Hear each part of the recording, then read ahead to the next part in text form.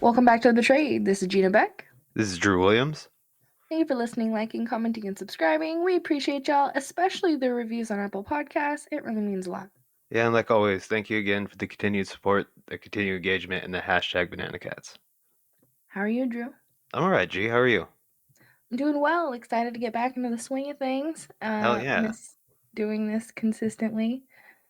This is something I came across. I'm pretty sure I was just scrolling through Instagram, and a page was sharing this information. I think I sent it to Drew, and I thought we should talk about it because it's really recent and it's insane. And I'd like to know maybe your guys' opinions in the comments too. A girl who went missing more than 2 years ago at the age of 4 was found alive by police on Monday, hidden underneath a staircase in a New York home. Her name is Paisley Schultes. Excuse me if I'm saying that wrong. She's now 6. She was found at a residence in Socrates. Excuse me if I'm saying that wrong too. But she was about 45 miles south of Albany on Monday night after authorities received a tip regarding her whereabouts. According to the Socrates Police Department, officers found the young girl after an hour of searching in a makeshift room under a staircase leading to the basement. Pretty sure from what I found, it mentioned how the staircase looked funny, and that's what caught their eye, and then they shined a light through a crack and they saw her. Detective Eric Thiel noted that something appeared odd, right? Okay, about the staircase and saw a blanket after flashing a light between the steps.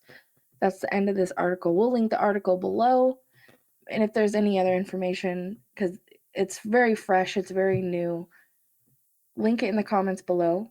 We can talk about it if you guys want. I made a few notes actually. So Okay, cool. yeah. So she was actually abducted by her own parents who had already been what was the term they used? Her abductors were believed at the time to be non-custodial parents. That means the state had stepped in and already removed their rights to her. Right. And the grandfather was also in charge of part of this whole abduction thing. The mother's name was Kimberly Cooper. The father's name is Kirk Schultes Jr. And the grandfather is Kirk Schultes Sr. You said his name's Kurt, the grandfather? Both of them, the dad and the grandfather, both names. So it's senior and junior. Kurt? Right? Yeah, Kirk, Kirk, and then the mother's name is Kimberly. The and parents, didn't Kurt, huh? excuse me, sorry, I'm not meaning to cut you off, but didn't Kurt, the grandfather, didn't he deny seeing her right before they found her? Yeah, something like around that. Because I was trying to think where in the notes I had something about that. Yeah, the grandfather had denied seeing her, I think, a year ago or something like that. And then also the landlord had said they had never even seen a child on the property. Same with the neighbors. They had no idea a child was even there. All those years.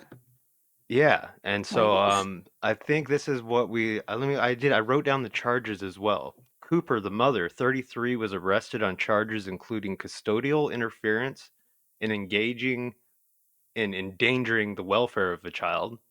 The father, Schultes, was charged with felony custodial interference and a misdemeanor child endangerment.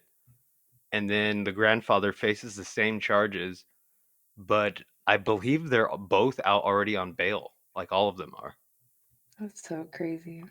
Yeah, and it's I don't know from the pictures. I pray that it was just a hiding spot and not where they just locked her since she was 4 years old.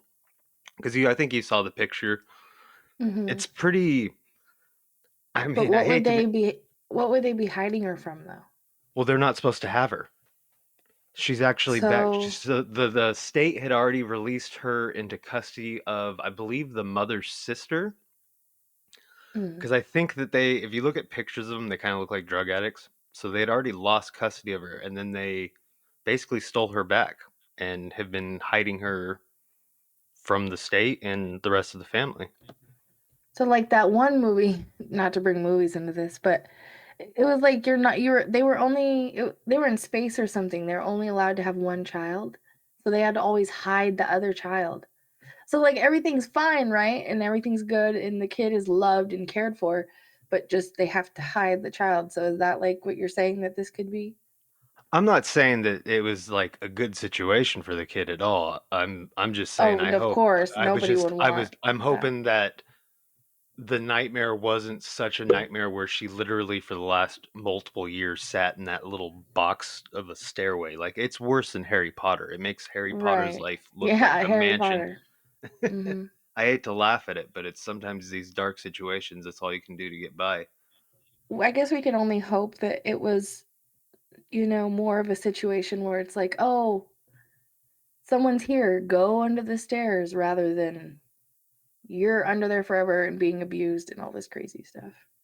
Yeah, that's kind of what I was getting at. Like I'm hoping it's one of those. It also said here are my notes. It was from one of the articles. We'll link a few of them that we found that day. The girl was taken to a hospital after being found for examination and was found to be in good health.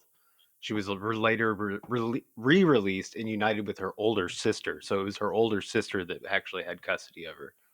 So I'm guessing there's probably a pretty big age gap between her and her older sister. Hmm.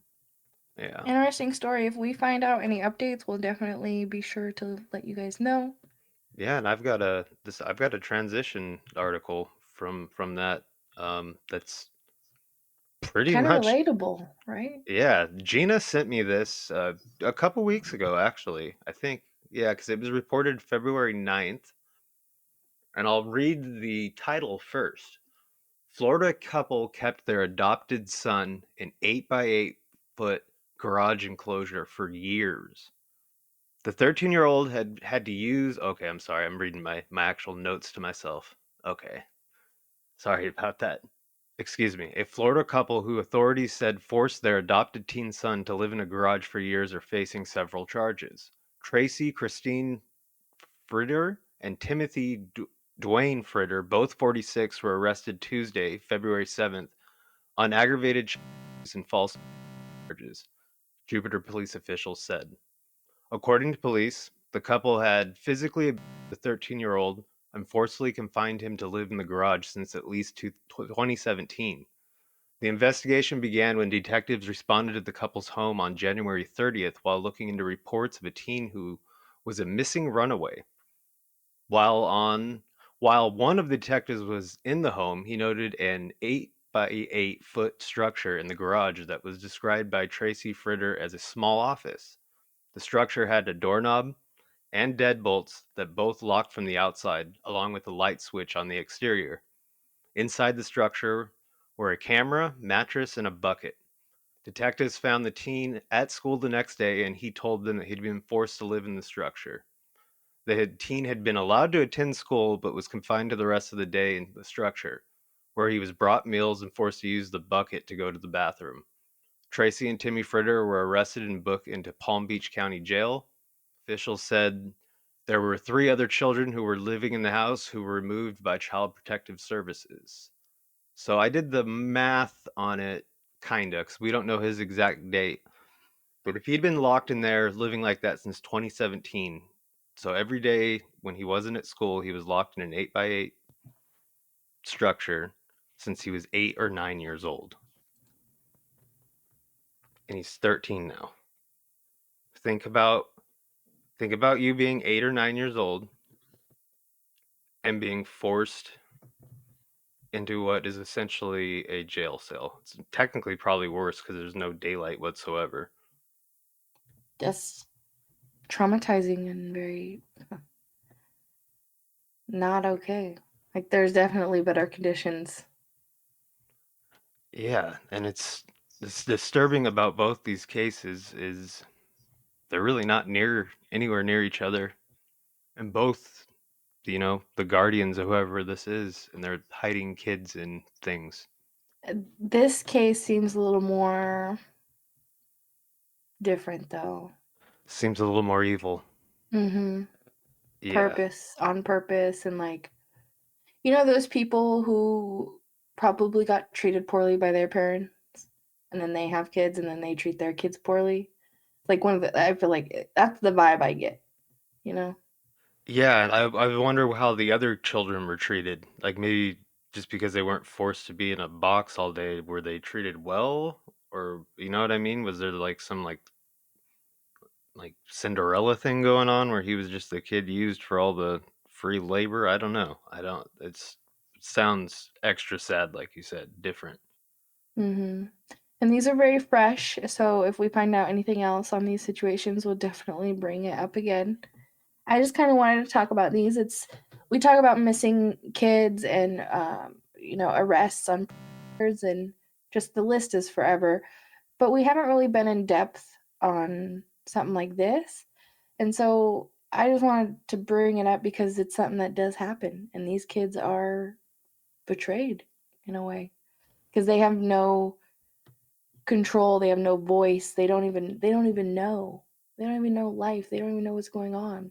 So just you guys knowing that things like this happen, you never know someone's house that maybe you're stopping by at and something like this is going on. So keep your ears open, your eyes open, protect the kids. Hashtag banana cats. Until next time. Love y'all. Banana guts. Much love. Peace.